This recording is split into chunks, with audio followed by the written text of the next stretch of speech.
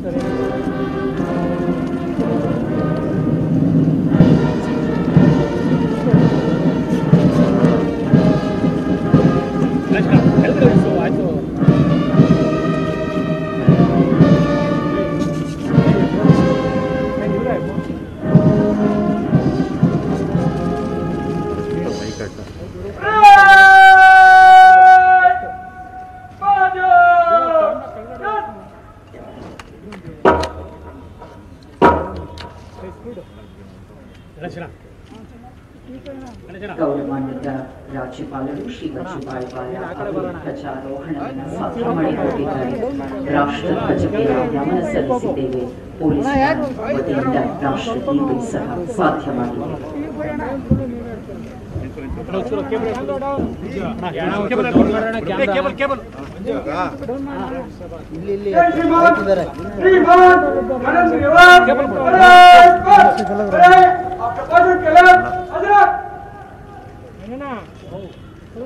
The parade commander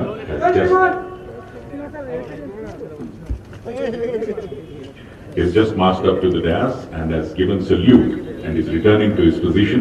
And once the parade commander returns to his position, he will order the parade to Vishram.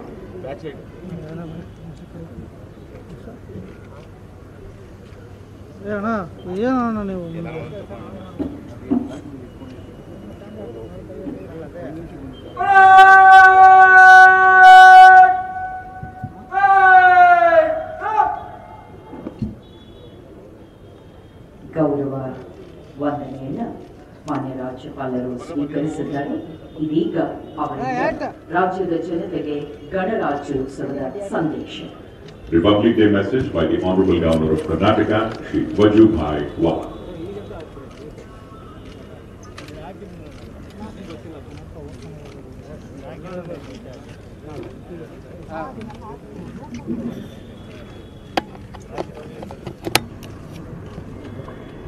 मैं 72वें गणतंत्र दिवस के अवसर पर कर्नाटक के लोगों को शुभकामनाएं देता हूं। इस वर्ष गणतंत्र दिवस का उत्सव अमिट मानवीय भावनाओं को समर्पित है, जो प्रतिकूल परिस्थिति में भी विजय का प्रतीक है। यद्यपि दुनिया को 2020 में कोविड-19 की अभूतपूर्व चुनौती का सामना करना पड़ा, हम 2021 में नए जोश और आशा के साथ प्रवेश कर रहे हैं। कर्नाटक सरकार ने लोगों के साथ मिलकर दिन रात काम किया है और हम कोविड-19 से उत्पन्न परिस्थिति को बदलने में सफल रहे हैं।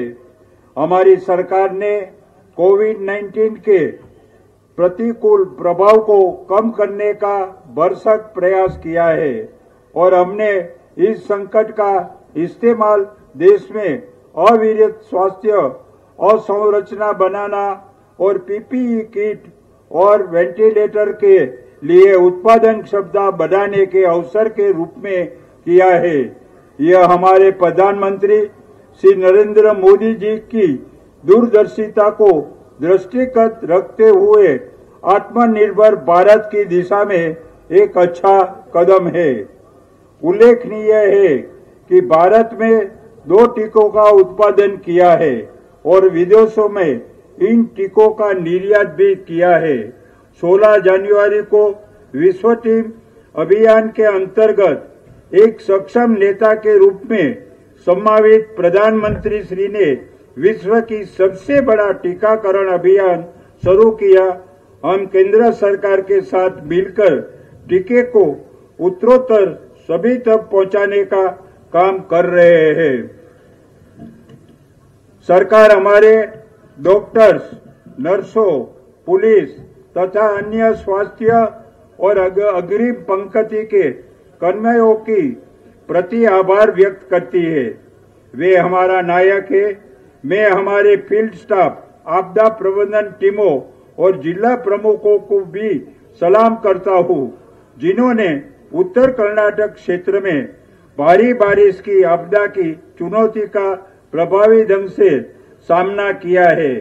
किसान हमेशा वर्षा का स्वागत करते हैं, क्योंकि कर्नाटक में 75% से अधिक फसली क्षेत्र वर्षा सिंचित है। इसीलिए हमारी सरकार का ध्यान कृषि क्षेत्र में बदलाव के लिए पनधारा पर बना हुआ है। वर्ष 2020-21 में सरकार ने पनधारा के लिए 170 करोड़ रुपए का बजट उपलब्ध कराया था और इससे भूमिहीन मजदूरों को, छोटे तथा सीमांत खेडूतों के लिए रोजगार के अवसर पैदा हुए हैं। कर्नाटक राज्य कोविड वॉर रूम ने कॉन्ट्रैक्ट ट्रेसिंग, क्वारंटाइन वॉच के लिए अभूतपूर्व तरीके से प्रौद्योगिकी का प्रयोग किया और कोविड-19 के प्रत्येक पहलू का प्रबंधन किया। यह एक प्रशंसनीय कार्य है। कोविड-19 की टोल फ्री हेल्पलाइन आप्त मित्र का कर्नाटक के लाखों नागरिकों और कोविड रोगियों ने प्रयोग किया और यह उनकी कोविड-19 संबंधी जरूरतों के बारे में मार्गदर्शन कर रही है। सरकार, विशेषकर श्रम विभाग ने प्रवासी मजदूरों, अन्य कामगारों और पूरी सहायता प्रदान की। 16 लाख से अधिक निर्माण कामगारों को एक किस्त वित्तीय सहायता के रूप में 800 ರಾಜ್ಯಪಾಲರು ಭಾಷಣವನ್ನ ಮಾಡ್ತಾ ಇದ್ರು. ಈ ಕೊರೋನಾ ಅನ್ನೋ ಪ್ಯಾಂಡಮಿಕ್ ಸಿಚುಯೇಷನ್ ಅಲ್ಲಿ ಫಾರ್ ದ ಫಸ್ಟ್ ಟೈಮ್ ಪಾಸ್ಗಳ ವ್ಯವಸ್ಥೆ ಯಾವಾಗಲೂ ಇರ್ತಾ ಇತ್ತು. ಆದ್ರೆ ಈಗ ಅಲ್ಲಿ ಹೋಗುವಂತ ಗಣ್ಯರಿರ್ಬೋದು ಮತ್ತೆ ಅಲ್ಲಿ ವಿಸಿಟ್ ಮಾಡೋರ ಸಂಖ್ಯೆಯನ್ನು ಕಡಿಮೆ ಮಾಡಲಾಗಿದೆ. ಇವತ್ತಿನ ಗಣರಾಜ್ಯೋತ್ಸವದ ವಿಶೇಷತೆ ಬಗ್ಗೆ ಮಾತಾಡೋದಕ್ಕೆ ನಮ್ಮ ಸ್ಟುಡಿಯೋದಲ್ಲಿ ಇದ್ದಾರೆ ನಿವೃತ್ತ ಕರ್ನಲ್ ಆಗಿರುವಂತಹ ವಿ.ಎಂ. ನಾಯ್ಕರು. ನಮಸ್ತೆ ಸರ್, ಗಣರಾಜ್ಯೋತ್ಸವದ ಶುಭಾಶಯಗಳು ನಿಮಗೆ. ನಮಸ್ಕಾರ. ಕಾರ್ಯಕ್ರಮಕ್ಕೆ ಸ್ವಾಗತ. ನಮಸ್ಕಾರ. ಹಾಗೆಯೇ ಚಿಂತಕರಾಗಿರುವಂತಹ ಚಕ್ರವರ್ತಿ ಸೂಲಿಬೆಲೆ ಅವರು ಕೂಡ ನೇರ ಸಂಪರ್ಕದಲ್ಲಿ ಜಾಯಿನ್ ಆಗಿದ್ದಾರೆ. ನಮಸ್ತೆ, ನಿಮಗೂ ಕೂಡ ಗಣರಾಜ್ಯೋತ್ಸವದ ಶುಭಾಶಯಗಳು. ನಮಸ್ಕಾರ. ಸಮಸ್ತ ವೀಕ್ಷಕರಿಗೂ ಕೂಡ ಗಣರಾಜ್ಯೋತ್ಸವದ ಶುಭಾಶಯಗಳನ್ನ ಹೇಳಲಿಕ್ಕೆ ಇಚ್ಛೆ ಪಡ್ತೀನಿ. ಚಕ್ರವರ್ತಿ ಸೂಲಿಬೆಲೆ ಅವರೇ, ಪ್ಯಾಂಡಮಿಕ್ ಸಿಚುವೇಶನ್ ಅಲ್ಲಿ ನಾವಿದ್ದೀವಿ. ಪ್ರತಿ ವರ್ಷದಂತೆ ಆ ಸಂಭ್ರಮ ಇಲ್ಲ, ಬಟ್ ಗಣರಾಜ್ಯೋತ್ಸವ ನಾವು ಮಾಡಲೇಬೇಕು. ಯಾಕಂದ್ರೆ ನಮಗೆ ದೇಶದ ಬಗ್ಗೆ ಹೆಮ್ಮೆ ಇದೆ, ದೇಶಭಕ್ತರು ನಾವೆಲ್ಲರೂ ಕೂಡ ಅಫ್ಕೋರ್ಸ್. ಆದ್ರೆ ಅದನ್ನ ಬಿಂಬಿಸೋದಕ್ಕೆ ಒಂದು ಸುಸಂದರ್ಭ ಅಂದ್ರೆ ಅದು ಗಣರಾಜ್ಯೋತ್ಸವದ ಸಂಭ್ರಮ. ಈ ಕೊರೋನಾ ಸಂದರ್ಭದಲ್ಲಿ ಗಣರಾಜ್ಯೋತ್ಸವದ ಬಗ್ಗೆ ನಿಮ್ಮ ಅನಿಸಿಕೆ? ಒಂದು ಪ್ಯಾಂಡಮಿಕ್ ನ ಸಂದರ್ಭದಲ್ಲಿ ನನ್ಗನ್ಸುತ್ತೆ ಸಂಭ್ರಮ ಹೆಚ್ಚಿದೆ ಅಂತ ನನ್ಗನ್ಸುತ್ತೆ. ಯಾಕೆ ಅಂತಂದ್ರೆ ಭಾರತ ಯಾವತ್ತು ಜಗತ್ತಿನ ಒಳಿತಿಗೋಸ್ಕರ ತನ್ನನ್ನು ತಾನು ಸಮರ್ಪಿಸಿಕೊಂಡಂತ ರಾಷ್ಟ್ರ. ಸರ್ವೇ ಸಂತು ನಿರಾಮಯಾಹ ಅಂತ ಯಾವಾಗ್ಲೂ ಪ್ರಾರ್ಥನೆ ಮಾಡ್ತೀನಿ. ಸರ್ವೇ ಭದ್ರಾಣಿ ಪಶ್ಯಂತು ಮಾ ಕಶ್ಚಿತ್ ದುಃಖ ಭಾಗ್ ಭವೇತ್. ನಮ್ ಪ್ರಾರ್ಥನೆ ಯಾವಾಗ್ಲೂ ಇದ್ದಿದೆ. ಆದ್ರೆ ಆ ಪ್ರಾರ್ಥನೆಗೆ ನಿಜವಾದ ಅರ್ಥ ನಮ್ ಕಾಲಘಟ್ಟದಲ್ಲಿ ಈಗ್ಲೇ ಬಂದಿದೆ ಅಂತ. ಸರ್ವೇ ಸಂತು ನಿರಾಮಯ ಅಂತಂದ್ರೆ ಎಲ್ಲರೂ ಆರೋಗ್ಯವಂತರಾಗಿರ್ಲಿ ಅಂತ. ಭಾರತ ವ್ಯಾಕ್ಸಿನ್ ಅನ್ನ ಪ್ರೊಡ್ಯೂಸ್ ಮಾಡಿ ಜಗತ್ತಿನ ಅನೇಕ ರಾಷ್ಟ್ರಗಳು ವ್ಯಾಕ್ಸಿನ್ ಬೇಕು ಅಂತ ಕೇಳುವಾಗ ಈ ದೇಶ ಹೇಳುತ್ತೆ ಲಾಭಕ್ಕೋಸ್ಕರ ವ್ಯಾಕ್ಸಿನ್ ಅಲ್ಲ, ಜಗತ್ತಿನ ಆರೋಗ್ಯಕ್ಕೋಸ್ಕರ ಆಗಿರೋದ್ರಿಂದ ನಾವು ಕಳಿಸ್ಕೊಡ್ತೀವಿ ಅಂತ ಹೇಳಿ ಅನೇಕ ರಾಷ್ಟ್ರಗಳಿಗೆ, ಅದರಲ್ಲೂ ನಮ್ಮ ನೆರೆ ರಾಷ್ಟ್ರಗಳಿಗೆ, ಯಾರಿಗೆ ಇದನ್ನ ಕೊಂಡ್ಕೊಳ್ಳೋದು ಕಷ್ಟ ಆಗ್ಬೋದು ಅಂತವರುಗಳಿಗೆ ಫ್ರೀ ಕಳಿಸಿಕೊಡುವ ವ್ಯವಸ್ಥೆಯನ್ನು ಕೂಡ ಭಾರತ ಮಾಡ್ತಾ ಇರುವಂತ ಈ ಹೊತ್ತಿನಲ್ಲಿ ನಿಜವಾದ ಗಣರಾಜ್ಯೋತ್ಸವ ನಮಗೆ ಆಚರಿಸುವಂತ ಅವಕಾಶ ಸಿಕ್ಕಿದೆ ಅಂತ ನಾನಂತೂ ಬಹಳ ಹೆಮ್ಮೆಯಿಂದ ಭಾವಿಸ್ತೀನಿ. ಹೀಗಾಗಿ ಈ ದೇಶದ ಪ್ರಧಾನಮಂತ್ರಿಯನ್ನ ಈ ಕುರಿತಂತೆ ಅಭಿನಂದಿಸ್ತೀನಿ. ಪ್ರತಿಯೊಂದು ಬಾಕ್ಸ್ ನ ಮೇಲೆ ಏನ್ ಹೋಗ್ತಾ ಇದೆಯೋ ಔಷಧಿ, ಅದರ ಮೇಲೆ ಸರ್ವೇ ಸಂತು ನಿರಾಮಯ ಅಂತ ಬರೆದಿರೋದು ನಿಜವಾಗ್ಲೂ ಭಾರತದ ಸಂವಿಧಾನಕ್ಕೆ ಒಂದು ಸಿಕ್ಕಂತ ನಿಜವಾದ ಗೌರವ ಈ ಹೊತ್ತಲ್ಲಿ ಅಂತ ನಾನು ಅನ್ಕೊಳ್ತೀನಿ. ಭಾರತದ ಬದುಕಿಗೆ ಅಥವಾ ಭಾರತ ಯಾವ ವ್ಯಾಲ್ಯೂಸ್ ಗಳಿಗೋಸ್ಕರ ಬದುಕ್ತಾ ಇದೆಯೋ ಆ ವ್ಯಾಲ್ಯೂಸ್ ಗಳನ್ನ ಜಗತ್ತಿನ ಮುಂದೆ ಈ ಗಣರಾಜ್ಯೋತ್ಸವದ ಸಂದರ್ಭದಲ್ಲಿ ನಮ್ಗೆ ಪ್ರಸ್ತುತಪಡಿಸ್ಲಿಕ್ಕೆ ಅವಕಾಶ ಸಿಕ್ಕಿರೋದ್ರಿಂದ ನನ್ಗನ್ಸುತ್ತೆ ನನ್ಗನ್ಸುತ್ತೆ ಬಹಳ ಹೆಚ್ಚಿನ ಸಂಭ್ರಮದ ದಿವಸ. ನಾವು ಮನೇಲಿ ಇರ್ಬೋದು, ಮನೇಲಿ ಕೂತ್ಕೊಂಡು ನೋಡ್ಬೇಕಾದಂತ ಅನಿವಾರ್ಯತೆ ಬಂದಿರ್ಬೋದು, ಆದ್ರೆ ಹೆಮ್ಮೆ ಅಂತೂ ಡೆಫಿನೆಟ್ಲಿ ಇದೆ ಅಂತ ಈ ಸಂದರ್ಭದಲ್ಲಿ ಅನ್ಸುತ್ತೆ ನನಗೆ. ಹಾಗೆ ಸಂಪರ್ಕದಲ್ಲಿ ನಿಮ್ಮ ಹತ್ರ ಮಾತಾಡ್ತೀನಿ. ನಾಯಕ್ ಸರ್, ಈ ಪ್ಯಾಂಡಮಿಕ್ ಸಿಚುವೇಶನ್ ಅಲ್ಲಿ ಅವ್ರು ಹೇಳ್ತಾ ಇದ್ರು ಬಹಳ ಹೆಮ್ಮೆಯಿಂದ ನಾವು ಈ ಗಣರಾಜ್ಯೋತ್ಸವನ ಆಚರಣೆ ಮಾಡಬೇಕು ಅಂತ. ಬಹುಶಃ ಇಷ್ಟು ವರ್ಷಗಳ ಕಾಲ ಇಂಥ ಗಣರಾಜ್ಯೋತ್ಸವ ನೀವು ಕಂಡಿರ್ಲಿಕ್ಕಿಲ್ಲ. ಸೊ ಹೇಗೆ ಅನಿಸ್ತಾ ಇದೆ ನಿಮಗೆ? ಇದು ಪ್ಯಾಂಡಮಿಕ್ ಸಿಚುವೇಶನ್ ಅಂತ ಇದೆ, ಆದ್ರೂ ಉತ್ಸಾಹ ಎಲ್ಲೇ ಸೆಲೆಬ್ರೇಷನ್ಸ್ ಆಗಲಿ.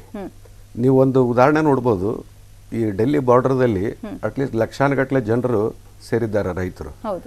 ಇವರು ಕನಿಷ್ಠ ಒಂದು 62 ತಿಂಗಳಿಂದ ಅಲ್ಲಿ ಸೇರಿದ್ದಾರೆ. ಸೊ ಅವ್ರಿಗೂ ಗೊತ್ತು ಇದು ಕೊರೋನಾದ ರಿಸ್ಕ್ ಏನಿದೆ, ಪ್ಯಾಂಡಮಿಕ್ದ ರಿಸ್ಕ್ ಏನಿದೆ ಅಂತ ತಿಳ್ಕೊಂಡು. ಆದ್ರೂ ಒಂದು ಯಾವುದೇ ಒಂದು ವಿಷಯ ಪ್ರತಿಭಟಿಸೋದಾಗಲಿ, ಸೆಲೆಬ್ರೇಷನ್ಸ್ ಆಗಲಿ, ಇದನ್ನು ಇದಕ್ಕೆ ಹೆದರಕ್ಕೆ ಹೋಗೋದಿಲ್ಲ. ಹೆದರ್ಲಾರ್ದ ಅವ್ರು ಬಂದು ಇದು ಬರ್ತಾರೆ. ಇವತ್ತೇನಪ್ಪ ಅಂದರೆ ಮಾಣೆಕ್ಷ ಪರೇಡ್ ಗ್ರೌಂಡ್ದಲ್ಲಿ ಒಂದು ಸ್ಟ್ರೆಂತ್ ರೆಡ್ಯೂಸ್ ಮಾಡಿರ್ಬೋದು, ವಿಲೇಜ್ ಲೆವೆಲ್ದಲ್ಲಿ, ಒಂದು ಡಿಸ್ಟ್ರಿಕ್ಟ್ ಲೆವೆಲ್ದಲ್ಲಿ, ಯಾವುದೇ ಇದರಲ್ಲಿ ನೋಡಿದರೆ ಇದು ಪ್ಯಾಂಡಮಿಕ್ ಒಂದು side, celebration other side. Celebrations ಬಂದಾಗ ನೋ ಕಾಂಪ್ರಮೈಸ್ ನಡೀತಾ ಇದೆ ಎಲ್ಲ. ಹೌದು ಸರ್, ಮಾತಾಡ್ತೀನಿ ನಿಮ್ಮ ಹತ್ರ, ಆಮೇಲೆ ನಾನು ಎಕ್ಸ್ಪ್ಲೇಷನ್ ಪಡ್ಕೊಳ್ತೀನಿ. ಚಕ್ರವರ್ತಿ ಸೂಲಿಬೆಲೆ ಅವರೇ, ಈ ಗಣತಂತ್ರ ಅಂದ್ರೆ ಜನರಿಂದ ಜನರಿಗೋಸ್ಕರ ಅಂತಾನೆ ಬಂದಿರೋದು. ನಮ್ಮ ಸಂವಿಧಾನ ರಚನೆ ವಿಶೇಷವಾಗಿದೆ. ನಾವು ನೋಡೋದಾದ್ರೆ, ಬೇರೆ ದೇಶಕ್ಕೆ ಕಂಪೇರ್ ಮಾಡಿ ನೋಡೋದಾದ್ರೆ, ಈ ಹಿಂದಿನ ಗಣರಾಜ್ಯೋತ್ಸವ, ಈಗಿನ ಗಣರಾಜ್ಯೋತ್ಸವ, ಆ ಡಿಫ್ರೆನ್ಸ್ ಬಗ್ಗೆ ಮಾತಾಡಲೇಬೇಕಾಗತ್ತೆ. ಯಾಕಂದ್ರೆ ನಿಮ್ಮಂತ ಯೂತ್ಸ್ ನಿಮ್ಮದೇ ಕ್ಷೇತ್ರದಲ್ಲಿ ಒಂದು ಜನಸೇವೆ ಇರ್ಬೋದು, ಒಟ್ಟು ನಮ್ಮ ದೇಶ ಅಭಿವೃದ್ಧಿ ಆಗಬೇಕು ಅಂತ ನಿರಂತರ ಪರಿಶ್ರಮಿಸ್ತಾ ಇದ್ದೀರಾ. ಸೊ ಈ ಹಿಂದಿನ ವರ್ಷಗಳಿಗೂ ಈಗ ನೋಡೋದಕ್ಕೂ, ಮುಂದೆ ಭವಿಷ್ಯದಲ್ಲಿ ನೋಡೋದಕ್ಕೂ ಯಾವ ತರ ಆಗಬೇಕು, ಈಗ ಹೇಗಿದೆ ಅಂತೀರಾ ನೀವು? ಒಂದು ಗಣರಾಜ್ಯೋತ್ಸವ ನಮ್ಗೆ ಈ ಪರೇಡ್ ನೋಡಿದಾಗ ಪ್ರತಿ ವರ್ಷ ನಮ್ಗೆ ಗೊತ್ತಿದೆ, ನಾವು ನಮ್ಮ ಸೇನಾ ಸಾಮರ್ಥ್ಯವನ್ನ ಅಲ್ಲಿ ಪ್ರೆಸೆಂಟ್ ಮಾಡ್ತೀವಿ. ಪ್ರತಿ ವರ್ಷದಂತೆ ಈ ವರ್ಷವೂ ಆಗುತ್ತೆ. ಆದ್ರೆ ಈ ವರ್ಷ ಸ್ವಲ್ಪ ವಿಶೇಷ. ಯಾಕೆ ಅಂತಂದ್ರೆ, ಈ ವರ್ಷ ಅಂತಂದ್ರೆ ಕಳೆದ ಕೆಲವಾರು ವರ್ಷಗಳಿಂದ ನಾವು ಬರೀ ಶಸ್ತ್ರಾಸ್ತ್ರಗಳನ್ನ ಕೊಂಡುಕೊಳ್ಳುವ ರಾಷ್ಟ್ರವಾಗಷ್ಟೇ ಉಳಿಯದೆ, ನಾವು ಶಸ್ತ್ರಾಸ್ತ್ರಗಳನ್ನ ಎಕ್ಸ್ಪೋರ್ಟ್ ಮಾಡುವ ರಾಷ್ಟ್ರವಾಗಿಯೂ ಇವತ್ತಿದ್ದೀವಿ. ಕಳೆದ ಒಂದು 5-6 ವರ್ಷಗಳಲ್ಲಿ 700% ನಷ್ಟು ಶಸ್ತ್ರಾಸ್ತ್ರಗಳ ಎಕ್ಸ್ಪೋರ್ಟ್ ರೇಸ್ ಆಗಿದೆ. ಇದು ಕೂಡ ಒಂದು ಹೆಮ್ಮೆಯ ಸಂಗತಿ. ಅದು ಏನು ಇವತ್ತಿನ ತರುಣರ ದೃಷ್ಟಿಯಿಂದ ನನಗನ್ಸುತ್ತೆ ಬಹಳ ವಿಶೇಷವಾಗಿರುವಂತದ್ದು. ಯಾಕೆಂದ್ರೆ ಅಕ್ಕಪಕ್ಕದ ಸಣ್ಣ ಪುಟ್ಟ ರಾಷ್ಟ್ರಗಳು ಕೂಡ ನಮ್ಮನ್ನು ಹೆದರಿಸ್ತಾ ಕೂತ್ಕೊಳ್ತಾ ಇದ್ದಂತ ಕಾಲಕ್ಕೆ ಇವತ್ತು ನಾವೊಂದು ಸಮರ್ಥವಾಗಿರುವಂತ ಒಂದು ಕಲ್ಪನೆಯನ್ನ ಸಮಾಜಕ್ಕೆ ಕಟ್ಕೊಡ್ಲಿಕ್ಕೆ ಸಾಧ್ಯವಾಗಿದೆ ಅನ್ನೋದು ಖಂಡಿತವಾಗಿಯೂ ಸಂತೋಷ ಅನ್ಸುತ್ತೆ. ತೀರಾ ಇತ್ತೀಚೆಗೆ ತೇಜಸ್ ಅನ್ನ ನಮ್ಮ ಸೇನೆಗೆ ಇಂಡಕ್ಟ್ ಮಾಡಿರುವಂತದ್ದು. ಗಣರಾಜ್ಯೋತ್ಸವದ ದಿನ ನೀವು ಕೂಡ ವಿಡಿಯೋಸ್ ತೋರಿಸ್ತಿದ್ದೀರಿ, ಸೈನಿಕರು ಸಿಯಾಚಿನ್ ಗಡಿಯಲ್ಲಿ ಅಲ್ಲಿ ಗಣರಾಜ್ಯೋತ್ಸವನ ಸೆಲೆಬ್ರೇಟ್ ಮಾಡೋದು. ಒಂಥರ ಇದು ನಮ್ಮೆಲ್ಲರದು ಎಷ್ಟು ಹೌದೋ, ಆದ್ರೆ ಸೈನಿಕರಿಗೆ ಹೆಚ್ಚಿನ ಸಂಭ್ರಮ ಇವತ್ತಿನ ದಿನ. ಅವರುಗಳು ಆ ಪರೇಡ್ ನಲ್ಲಿ ಭಾಗವಹಿಸುವಂತ ರೀತಿ ಇವೆಲ್ಲವನ್ನು ನೋಡಿದಾಗ ಬಹಳ ಹೆಮ್ಮೆ ಅನ್ಸುತ್ತೆ. ಆ ದೃಷ್ಟಿಯಿಂದ ಇವತ್ತು ಭಾರತದ ಸ್ಟ್ರೆಂತ್ ನೋಡಿದ್ರೆ, ಒಂದ್ ಕಡೆ ಚೈನಾನ ಎದುರಿಸ್ಲಿಕ್ಕೆ ನಾವು ಕಣ್ಣಲ್ಲಿ ಕಣ್ಣಿಟ್ಟು ನೋಡುವಂತ ಸಾಮರ್ಥ್ಯ ಪಡ್ಕೊಂಡಿದೀವಿ. ಹಾಗಿರ್ಲಿಲ್ಲ. ಆಫ್ಟರ್ 1962 ವಾರ್ ಚೈನಾ ಜೊತೆಗೆ ಹೇಗೆ ಹೆದರ್ಕೊಂಡು ಇರ್ತಿದ್ವಿ ಅಂತಂದ್ರೆ, ನಮ್ಗೆ ಯುದ್ಧ ಆಗದೆ ಬೇಡಪ್ಪ, ಏನು ಗಲಾಟೆಗಳು ನಡೆಯೋದೆ ಹಾಗೆ ಇದ್ದು ಬಿಡ್ಲಿ ಅನ್ನೋ ತರದ ವಾತಾವರಣದಲ್ಲಿ ಇರ್ತಿದ್ವಿ. ಬಟ್ ಇವತ್ತು ಹಂಗಿಲ್ಲ. ತೀರಾ 4 ದಿನಗಳ ಹಿಂದೆ ಕೂಡ ಚೈನಾ ಒಂದು ಕಣಿವೆಯಲ್ಲಿ ಸಣ್ಣ ಗಲಾಟೆ ಮಾಡಿದಾಗ ಅದಕ್ಕೆ ಬೆಫಿಟಿಂಗ್ ರಿಪ್ಲೈ ಇಂಡಿಯಾ ಕೊಟ್ಟಿದೆ ಅನ್ನೋದನ್ನ ಸೈನಿಕ ಪ್ರಮುಖರು ಹೇಳಿದ್ದೆಲ್ಲ ಕೇಳುವಾಗ ನಿಜವಾಗ್ಲೂ ಈ ಹಂತದ ಏನು ಗಣರಾಜ್ಯೋತ್ಸವ ಖಂಡಿತವಾಗಿಯೂ ಸಂತೋಷ ಕೊಡುವಂತದ್ದು ನನ್ಗನ್ಸುತ್ತೆ. ಇನ್ ಎರಡನೇದು, ಪಾಕಿಸ್ತಾನವನ್ನ ಈಗ ನಾವು ಏನು FATF ನಲ್ಲಿ ಬ್ಲಾಕ್ ಲಿಸ್ಟಿಗೆ ಸೇರಿಸಲಿಕ್ಕೆ ಸಾಧ್ಯ ಆಗ್ತಾ ಇರೋದು, ಗ್ರೇ ಲಿಸ್ಟ್ ಅಲ್ಲಿ ಇದೆ, ಈಗ ಅದು ಬ್ಲಾಕ್ ಲಿಸ್ಟಿಗೆ ಹೋಗುತ್ತೆ. ಆ ಹಂತದಲ್ಲಿ ಸಾಧ್ಯವಾಗ್ತಿರೋದು, ಪಾಕಿಸ್ತಾನವನ್ನ ಒಂದು ರೋಗ್ ಕಂಟ್ರಿ ಅಂತ ಪ್ರೂವ್ ಮಾಡ್ಲಿಕ್ಕೆ ಸಾಧ್ಯವಾಗ್ತಿರೋದು, ಇವೆಲ್ಲವೂ ಕೂಡ ಒಂದು ರೀತಿ ಭಾರತದ ಸಾರ್ವಭೌಮತೆಯನ್ನ ಮತ್ತೊಮ್ಮೆ ಪ್ರದರ್ಶಿಸ್ತಾ ಇದೆ. ಇದು ಒಂದು ದಿಕ್ಕಿನಲ್ಲಿ ಸೈನಿಕರ ದೃಷ್ಟಿಯಿಂದ ಆದ್ರೆ, ಮತ್ತೊಂದು ದಿಕ್ಕಿನಲ್ಲಿ ಎಲ್ಲ ಅಕ್ಕಪಕ್ಕದ ರಾಷ್ಟ್ರಗಳ ಗೌರವವನ್ನ ಭಾರತ ನಿಧಾನವಾಗಿ ಸಂಪಾದಿಸಿಕೊಂಡಿದೆ. ಏನನ್ನು ಕಳ್ಕೊಂಡಿದ್ವೋ ಅದನ್ನ ಹಂತವಾಗಿ ಗಳಿಸ್ಕೊಳ್ಳಿಕ್ಕೆ ಹೋಗ್ತಾ ಇದೆ. ಇವೆಲ್ಲ ದೃಷ್ಟಿಯಿಂದ ನೋಡಿದ್ರೆ ಭಾರತ ಒಂದು ಸಾರ್ವಭೌಮ ರಾಷ್ಟ್ರ ಎನ್ನುವಂತ ಆ ಪರಿಕಲ್ಪನೆ ಏನಿದೆ ಅದು ತುಂಬಾ ಸಶಕ್ತವಾಗಿ ಈಗ ಬಿಂಬಿಸಲ್ಪಡುತ್ತೆ ಅಂತ. ಗಣರಾಜ್ಯೋತ್ಸವ ಇರೋದೇ ಆ ಸಾರ್ವಭೌಮತೆಯ ಸಂಖ್ಯೆ. 1947 ಪಡ್ಕೊಂಡ ನಂತರವೂ ಕೂಡ ನಮಗೆ ಸಂವಿಧಾನ ರಚನೆ ಮಾಡಿ ಅದನ್ನ ಅಕ್ಸೆಪ್ಟ್ ಮಾಡ್ಕೊಳ್ಳಿಕ್ಕೆ ಮುಂದಿನ 3 ವರ್ಷಗಳ ಕಾಲ ಸ್ಟ್ರಗಲ್ ಮಾಡ್ಬೇಕಾಗಿ ಬಂತು. ಇನ್ಫ್ಯಾಕ್ಟ್ ಡಾಕ್ಟರ್ ಬಾಬಾ ಸಾಹೇಬ್ ಅಂಬೇಡ್ಕರ್ ನೇತೃತ್ವದಲ್ಲಿ ನಡೆಸಿದಂತ ಇಡೀ ಚರ್ಚೆಗಳು ಎಷ್ಟು ವರ್ಷಗಳ ಕಾಲ, ಎಷ್ಟು ತಿಂಗಳುಗಳ ಕಾಲ ಚರ್ಚೆ ನಡೀತು. ಅದರ ಆಧಾರದ ಮೇಲೆ ಫೈನಲಿ ಏನು ನಾವು ಕಾನ್ಸ್ಟಿಟ್ಯೂಷನ್ ಒಪ್ಕೊಳ್ಳಿಕ್ ಸಾಧ್ಯ ಆಯ್ತು, ಸಂವಿಧಾನವನ್ನ. ಅದರ ಆಧಾರದ ಮೇಲೆ ಸಾರ್ವಭೌಮ ರಾಷ್ಟ್ರ ಅನ್ನೋದನ್ನ ನಾವು ಹೇಳಲಿಕ್ಕೆ ಹೊರಟಿದ್ವಲ್ಲ, ನನ್ಗನ್ಸುತ್ತೆ ಇವತ್ತು ಅದು ಹೆಚ್ಚು ಹೆಚ್ಚು ಸಫಲವಾಗಿದೆ ಅಂತ ಅನ್ಸುತ್ತೆ. ಆ ದೃಷ್ಟಿಯಿಂದ ನೋಡೋದಾದ್ರೆ ಗಣರಾಜ್ಯೋತ್ಸವ ನಮ್ಗೆಲ್ಲ ಬಹಳ ಹೆಮ್ಮೆ ಕೊಡುವಂತದ್ದು. ಅಫ್ಕೋರ್ಸ್ ಹೆಮ್ಮೆಯ ವಿಚಾರನೇ ಇದು. ನಮ್ಮ ರಾಷ್ಟ್ರದ ಸಾಮರ್ಥ್ಯವನ್ನ ನಾವು ಕಣ್ತುಂಬಿಕೊಳ್ಳೋದ್ರ ಜೊತೆಯಲ್ಲಿ ಈ ಸಂವಿಧಾನದ ಮೂಲ ಆಶಯ ಏನಿದೆ, ನೀವಂದ್ರಲ್ಲ, ಅಂದ್ರೆ ಸಮಾಜದಲ್ಲಿ ಎಲ್ಲರೂ ಸಮಾನವಾಗಿರ್ಬೇಕು ಅಂತಾನೆ ಸಂವಿಧಾನ ಬಂದಿದ್ದು. ಅದರ ಮೂಲ ಆಶಯ ಏನ್ ಹೇಳುತ್ತೆ, ಏನು ಎತ್ತ, ಈ ಬಗ್ಗೆ ಚರ್ಚೆಯನ್ನು ಮುಂದುವರಿಸ್ತೀನಿ ಬ್ರೇಕ್ ಆದ್ಮೇಲೆ. ಮೊದಲಿಗೆ ನನ್ನ ಹೆಸರು ಭರತ್ ಕುಮಾರ್ ಅಂತ ಬೆನಕ ಗೋಲ್ಡ್ ಕಂಪ್ನಿಯ ಮ್ಯಾನೇಜರ್ ಮಾತಾಡ್ತಾ ಇದ್ದೀನಿ. ನ್ಯೂಸ್ 18 ಕನ್ನಡ ಜೈ ಹಿಂದ್ ಸನ್ಮಾನ್ ಅಂತ ಅತಿ ದೊಡ್ಡವಾದ ಕಾರ್ಯಕ್ರಮಕ್ಕೆ ನಮ್ಮ ಅಳಿಲು ಸೇವೆ ಏನಾಗ್ತಾ ಇದೆ, ನಮ್ಮ ಇಡೀ ಗಡಿ ಕಾಯುತ್ತಿರುವ ಎಲ್ಲ ಸೈನಿಕರಿಗೂ ಒಂದು ಅಳಿಲು ಸೇವೆ ಅಂತ ಮಾಡ್ತಾ ಇದ್ದೀವಿ. ಇದರಲ್ಲಿ ಬರುತ್ತುವ ಎಲ್ಲ ಸೈನಿಕರಿಗೂ ಎಲ್ಲ ಯೋಧರಿಗೂ ನನ್ನ ಹೃತ್ಪೂರ್ವಕವಾದ ಧನ್ಯವಾದಗಳು. ಇದು ಈ ನ್ಯೂಸ್ 18 ಅವರು ಇದೊಂದು ದೊಡ್ಡ ಕಾರ್ಯಕ್ರಮ ಉಂಟ್ಕೊಂಡಿರೋದು ನಮಗೆ ತುಂಬ ಸಂತೋಷ ಆಗಿದೆ. ತುಂಬ ದೊಡ್ಡದಾದ ಕಾರ್ಯಕ್ರಮ. ಇದು ಬಂದು ಸನ್ಮಾನ ಗುರುತಿಸಿ ನಮ್ಮ ಯೋಧರು, ನಮ್ಮ ಗಡಿ ಕಾಯುತ್ತಿರುವ ಯೋಧರನ್ನು ಗುರುತಿಸಿ ಅವರು ಒಂದು ಹ್ಯಾಂಡಿಟಿ ಕೊಟ್ಟು ಒಂದು ಮುಂದೆಗಡೆ ಬೆಳೆಸ್ಕೊಂಡು ಹೋಗೋ ರೀತಿ ನಮ್ಗೆ ತುಂಬ ಸಂತೋಷ ಆಗಿದೆ.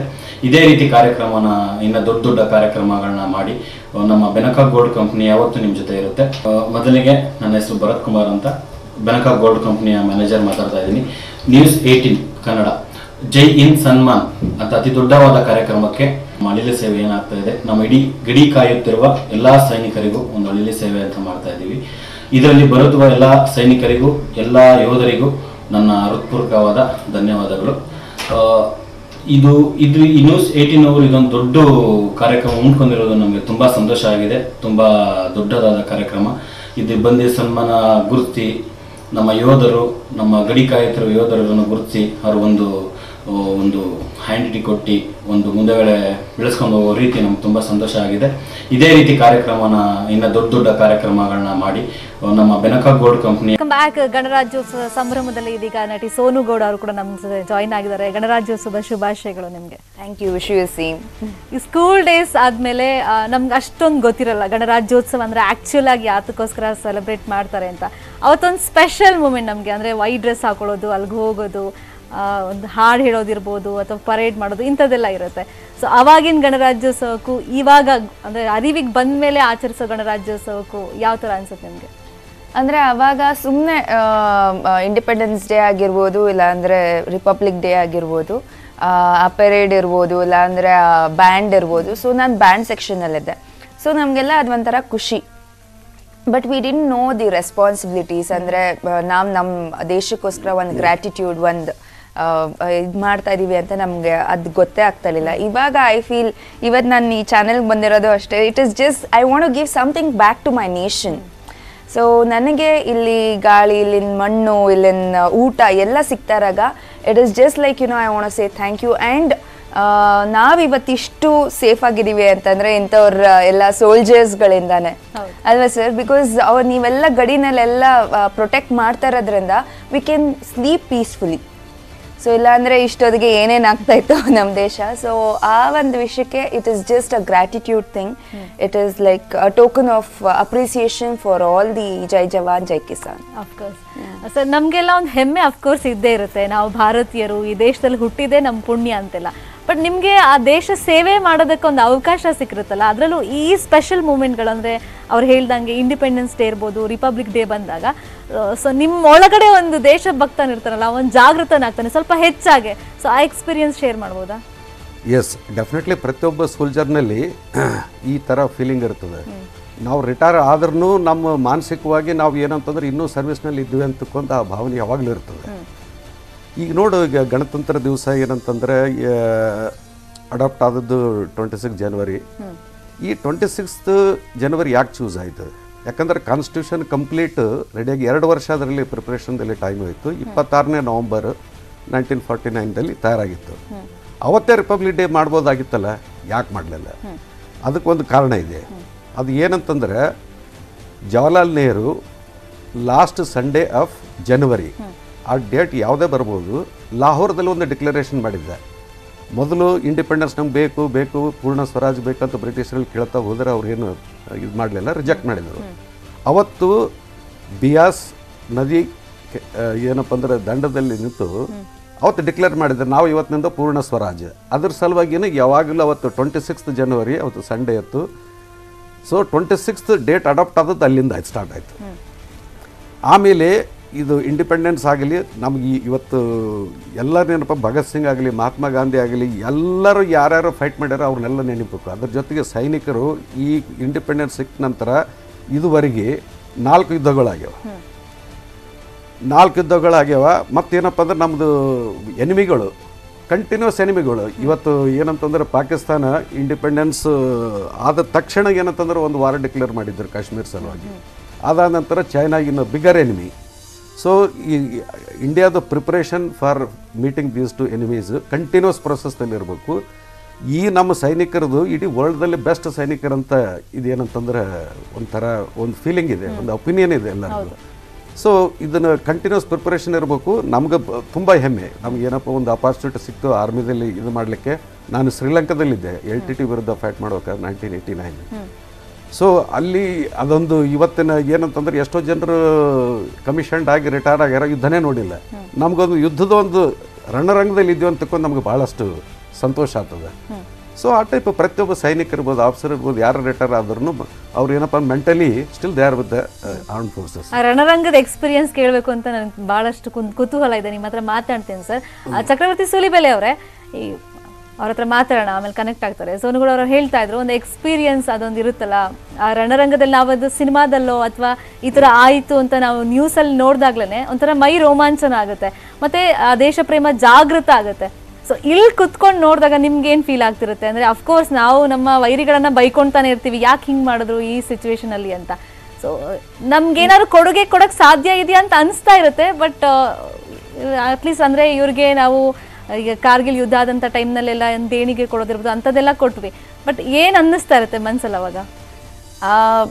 ಆ ಮೊಮೆಂಟ್ಗೆ ನಾವು ನೋಡ್ತಾ ಇರಾಗ ನಮಗೆ ಮೈ ಜುಮ್ ಅಂತ ಇರುತ್ತೆ ಒಂದು. ಇನ್ನೊಂದೇನು ಅಂತಂದ್ರೆ ನಾವು ನೋಡೋದು ಬೇರೆ, ಬಟ್ ಅಲ್ಲಿ ಎಕ್ಸ್ಪೀರಿಯನ್ಸ್ ಮಾಡೋದಿದೆಯಲ್ಲ that is totally different.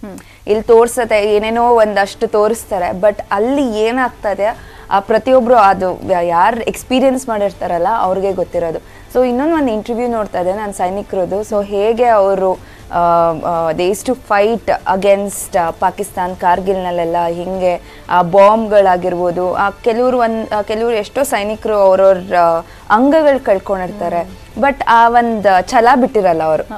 So ಆ ಛಲ ಹೆಂಗಿರತ್ತೆ ಅಂತಂದ್ರೆ ನಾನು ಸೋಲ್ಸೇ ಆಮೇಲೆ ಪ್ರತಿಯೊಬ್ಬರಿಗೂ ಇದೆ. ಇಟ್ ಈಸ್ ನಾಟ್ ಲೈಕ್ ಒಬ್ರಿಗೆ ನಾನು ಇಲ್ಲಪ್ಪ ನನ್ನ ಜೀವ ಸೇವ್ ಮಾಡ್ಕೊಬೇಕು ಆ ಥರದ್ದೆಲ್ಲ. ಪ್ರತಿಯೊಬ್ರು they just fight for the country.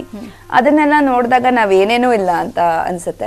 But ಇನ್ನೊಂದು ಕಡೆ ನಾವು ನೋಡ್ತೀವಿ ಇದನ್ನದು ಸೈನಿಕರಿಗೆ ಏನು ಕೊಟ್ಟಿಲ್ಲ, ಅದು ಕೊಟ್ಟಿಲ್ಲ, ಇದು ಕೊಟ್ಟಿಲ್ಲ ಅಂದಾಗ ಅವಾಗ ಅಯ್ಯೋ ಅವ್ರಿಗಿನ್ನ ಜಾಸ್ತಿ ಕೊಡಬೇಕು, because they are the real heroes. So ಅವ್ರಿಗೆ ಕೊಡಬೇಕು ಅಂತ ಆ ಥರ ಅನ್ಸುತ್ತೆ. ನಿಮ್ಮಿಬ್ಬರ ಹತ್ರ ಮಾತಾಡ್ತೀನಿ. ಚಕ್ರವರ್ತಿ ಸೂಲಿಬೆಲೆ ಅವರು ಕೂಡ ಕನೆಕ್ಟ್ ಆಗ್ತಾರೆ, ಅವ್ರ ಹತ್ರನೂ ಕೂಡ ಚರ್ಚೆನ ಮುಂದುವರಿಸ್ತೀನಿ. ಒಂದು ಬ್ರೇಕ್ ಆದ್ಮೇಲೆ ಮಾಡ್ತಾ ಇದ್ದ ಜೈ ಹಿಂದ್ ಸನ್ಮಾನ್ ಕಾರ್ಯಕ್ರಮಕ್ಕೆ ನಮ್ಮ ಸತ್ಕೃಷ್ಟಿ ಲಕ್ಷ್ಮಿ ಪ್ರಾಡಕ್ಟ್ಸ್ ಅವರಿಗೆ ಸ್ಪಾನ್ಸರ್ ಮಾಡೋದೊಂದು ಅವಕಾಶ ಮಾಡೋದ್ರಿಗೆ ತುಂಬ ಧನ್ಯವಾದಗಳು. ಹಾಗೂ ನಮ್ಮ ದೇಶ ಕಾಯುವಂಥ ಯೋಧರ ಬಗ್ಗೆ ಒಂದು ಒಳ್ಳೆ ಕಾರ್ಯಕ್ರಮ ಮಾಡಿಕೊಟ್ರೆ ನಮಗೆ ತುಂಬ ಹೆಮ್ಮೆ ಅನಿಸುತ್ತೆ. ಒಂದು ದೇಶ ಕಾಯುವಂಥ ಯೋಧರ ಬಗ್ಗೆ ಮಾಡಿ ಕಾರ್ಯಕ್ರಮಕ್ಕೆ ನಾವು ಸ್ಪಾನ್ಸರ್ ಮಾಡಿದ್ದಕ್ಕೆ, ಹಾಗೂ ಇದೇ ಥರ ನೀವು ಮಾಡ್ತಾ ಇರೋದ ಮುಂದಕ್ಕೆ ನೀವು ಮಾಡೋಂಥ ಒಳ್ಳೆ ಕಾರ್ಯಕ್ರಮಗಳಿಗೆ ನಾವು ಯಾವಾಗಲೂ ನಿಮ್ಮ ಜೊತೆ ಇರ್ತೀವಿ ಅಂತ ಹೇಳ್ತೇವೆ. ನ್ಯೂಸ್ 18 ಕನ್ನಡ ಚಾನಲ್ ಮಾಡ್ತಾ ಇದ್ದ ಜೈ ಹಿಂದ್ ಸನ್ಮಾನ್ ಕಾರ್ಯಕ್ರಮಕ್ಕೆ ನಮ್ಮ ಸತ್ಕೃಷ್ಟಿ ಲಕ್ಷ್ಮಿ ಪ್ರಾಡಕ್ಟ್ಸ್ ಅವರಿಗೆ ಸ್ಪಾನ್ಸರ್ ಮಾಡೋದೊಂದು ಅವಕಾಶ ಮಾಡೋದ್ರಿಗೆ ತುಂಬ ಧನ್ಯವಾದಗಳು. ಹಾಗೂ ನಮ್ಮ ದೇಶ ಕಾಯುವಂಥ ಯೋಧರ ಬಗ್ಗೆ ಒಂದು ಒಳ್ಳೆ ಕಾರ್ಯಕ್ರಮ ಮಾಡಿಕೊಟ್ರೆ ನಮಗೆ ತುಂಬ ಹೆಮ್ಮೆ ಅನಿಸುತ್ತೆ. ಒಂದು ದೇಶ ಕಾಯುವಂಥ ಯೋಧರ ಬಗ್ಗೆ ಮಾಡಿ ಕಾರ್ಯಕ್ರಮಕ್ಕೆ ನಾವು ಸ್ಪಾನ್ಸರ್ ಮಾಡಿದ್ದಕ್ಕೆ, ಹಾಗೂ ಇದೇ ಥರ ನೀವು ಮಾಡ್ತಾ ಇರೋದ ಮುಂದಕ್ಕೆ ನೀವು ಮಾಡೋಂಥ ಒಳ್ಳೆ ಕಾರ್ಯಕ್ರಮಗಳಿಗೆ ನಾವು ಯಾವಾಗಲೂ ನಿಮ್ಮ ಜೊತೆ ಇರ್ತೀವಿ ಅಂತ ಹೇಳ್ತೇವೆ. ನ್ಯೂಸ್ 18 ಕನ್ನಡ ಚಾನಲ್ ಮಾಡ್ತಾ ಇದ್ದ ಜೈ ಹಿಂದ್ ಸನ್ಮಾನ್ ಕಾರ್ಯಕ್ರಮಕ್ಕೆ ನಮ್ಮ ಸತ್ಕೃಷ್ಟಿ ಲಕ್ಷ್ಮಿ ಪ್ರಾಡಕ್ಟ್ಸ್ ಅವರಿಗೆ ಸ್ಪಾನ್ಸರ್ ಮಾಡೋದೊಂದು ಅವಕಾಶ ಮಾಡೋದ್ರಿಗೆ ತುಂಬ ಧನ್ಯವಾದಗಳು. ಹಾಗೂ ನಮ್ಮ ದೇಶ ಕಾಯುವಂಥ ಯೋಧರ ಬಗ್ಗೆ ಒಂದು ಒಳ್ಳೆ ಕಾರ್ಯಕ್ರಮ ಮಾಡಿಕೊಟ್ರೆ ನಮಗೆ ತುಂಬ ಹೆಮ್ಮೆ ಅನಿಸುತ್ತೆ. ಒಂದು ದೇಶ ಕಾಯುವಂಥ ಯೋಧರ ಬಗ್ಗೆ ಮಾಡಿ ಕಾರ್ಯಕ್ರಮಕ್ಕೆ ನಾವು ಸ್ಪಾನ್ಸರ್ ಮಾಡಿದ್ದಕ್ಕೆ, ಹಾಗೂ ಇದೇ ಥರ ನೀವು ಮಾಡ್ತಾ ಇರೋದ ಮುಂದಕ್ಕೆ ನೀವು ಮಾಡೋಂಥ ಒಳ್ಳೆ ಕಾರ್ಯಕ್ರಮಗಳಿಗೆ ನಾವು ಯಾವಾಗಲೂ ನಿಮ್ಮ ಜೊತೆ ಇರ್ತೀವಿ ಅಂತ ಹೇಳ್ತೇವೆ.